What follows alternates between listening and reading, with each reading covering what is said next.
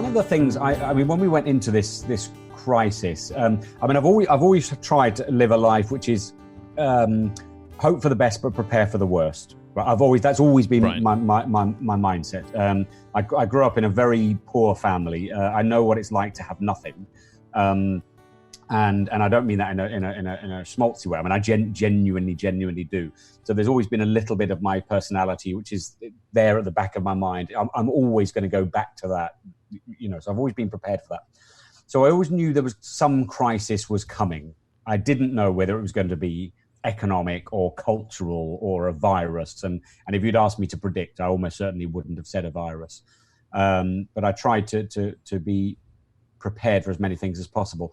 And one of the sort of things I've had to adopt to really get me through this crisis is to without being artificial about it, but to really try and focus on opportunities rather than obstacles, because this has thrown up so many obstacles, and it would have been so easy to go into a pit of despair. And to be honest, a pit of relying on other people, including the government, which is just not a long-term strategy for getting through your life.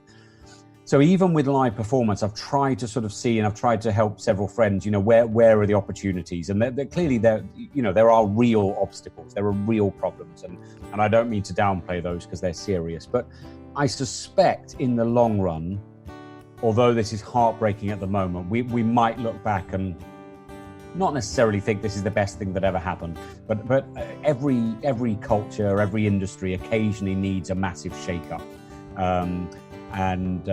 So I think there will be some really exciting and interesting things to come out of this eventually in terms of live performance or blended hybrid performances.